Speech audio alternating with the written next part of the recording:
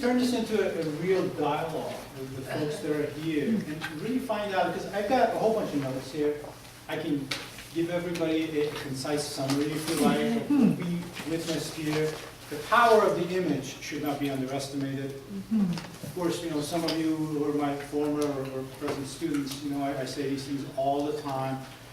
It's my propaganda to talk about the power of the image, the power of the image.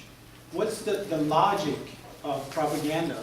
Is to find a concept that you want to sell, simplify it, create some simple, easy to remember sentences, slogans, if you will, and that sort of communication, and then repeatedly communicate it, transmit it to people who are receiving it, either via radio, television, and nowadays the internet is the medium of choice for many people, including myself and Norman.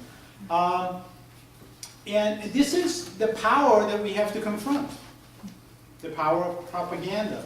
And one of the things that I was thinking about, and I wonder if folks are interested in delving into this, and if not, we can move on to other areas.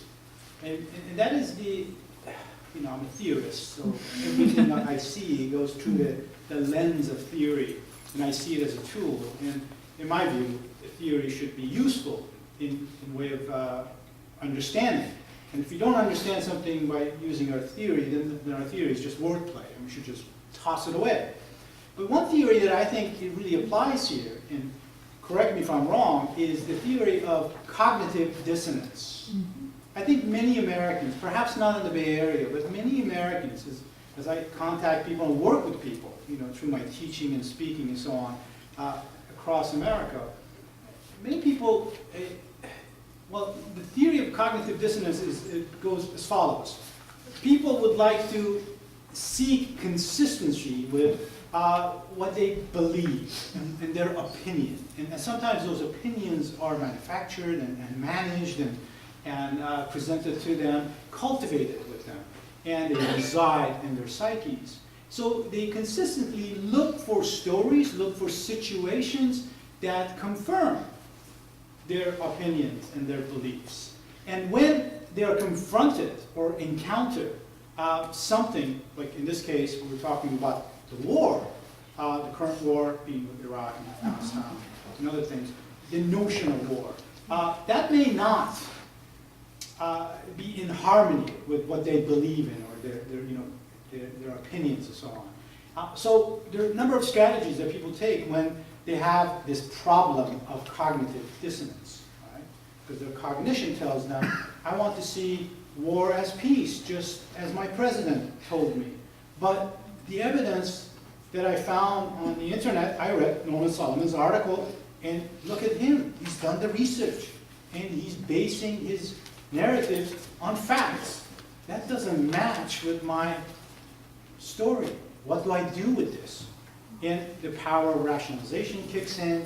And my question is, to what extent are the media, and I'm including all of media, cinema, television, Hollywood, newsprint, books, you name it, t-shirts, bumper stickers, things that communicate with us that are in the air, that permeate our consciousness. To what extent are media accountable, and that's an easy answer to that question, but to what extent can we do something about this? Did you follow? There's a documentary film called Burma VJ, Reporting from a Closed Country. And I don't know if any of you are familiar with it, but it's about these reporters who risk their lives to tell the story of what's going on in this small little area that they've closed off and will not let the people out. And they end up killing I believe a Japanese reporter, like right in front of these people. And this is during 2007, year 2007, I think they finally just filmed it. But in the end, what was sad was that he had lost a lot of his correspondence to his cause, and was working to gather more to keep the story going. But in the meantime, their lives were at risk. And I don't see Americans really doing that in this day and age. They're always protected or guarded by something. You know, even the one guy, Bob Woodruff, who got hit by, shells or mortar, you know. I just don't see them pulling for the real story or the underlying story, and basically because it's being squashed by a bigger force. Well, I'll try to pull the thread of both of these questions, because one irony, to start off in one place in particular, is that many reporters have to some degree risked their own lives, their physical safety, and as you mentioned, Woodruff and some others have suffered some consequences as a result.